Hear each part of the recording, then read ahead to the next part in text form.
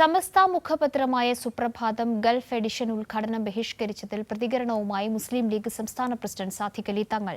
Party working കമ്മിറ്റിയാണ് പ്രധാനമെന്ന് സാദിഖ് അലി തങ്ങൾ പ്രതികരിച്ചു.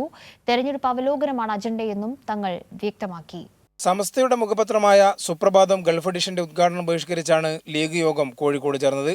മാസങ്ങൾക്ക് മുമ്പ് തീരുമാനിച്ചതാണ് സുപ്രഭാതം ഉദ്ഘാടനം. മുസ്ലിം ലീഗ് സംസ്ഥാന പ്രസിഡന്റ് സാദിഖ് അലി തങ്ങൾ, PK കുഞ്ഞാലിക്കുട്ടി എന്നിവർക്ക് ക്ഷണമുണ്ടായിരുന്നു. എന്നാൽ അതേ ദിവസം പാർട്ടി സംസ്ഥാന കമ്മിറ്റി വിളിച്ചു ചേർത്ത് സമസ്തയുമായി പോര് കടുപ്പിച്ചു മുസ്ലിം ലീഗ്. സുപ്രഭാതം ഉദ്ഘാടനം ബഹിഷ്കരിച്ചതിനെക്കുറിച്ചുള്ള ചോദ്യത്തിന് സാദിഖ് അലി തങ്ങളുടെ പ്രതികരണം ഇങ്ങനെ: ഇപ്പോൾ ഞങ്ങളുടെ വർക്കിംഗ് കമ്മിറ്റി ചേരുകയാണല്ലോ. സുപ്രഭാതം ഉദ്ഘാടന ചടങ്ങിൽ രമേശ് ചെന്നിത്തല പങ്കെടുക്കുമെന്ന് അറിയിച്ചിരുന്നെങ്കിലും അവസാനം പിന്മാറി.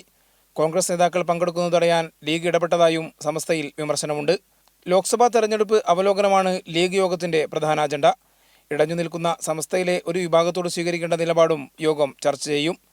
ജൂലൈയിൽ നടക്കുന്ന രാജ്യസഭാ സീറ്റ് സംബന്ധിച്ചും ചർച്ച ഉണ്ടാകും. കൈരളി ന്യൂസ്, കോഴിക്കോട്.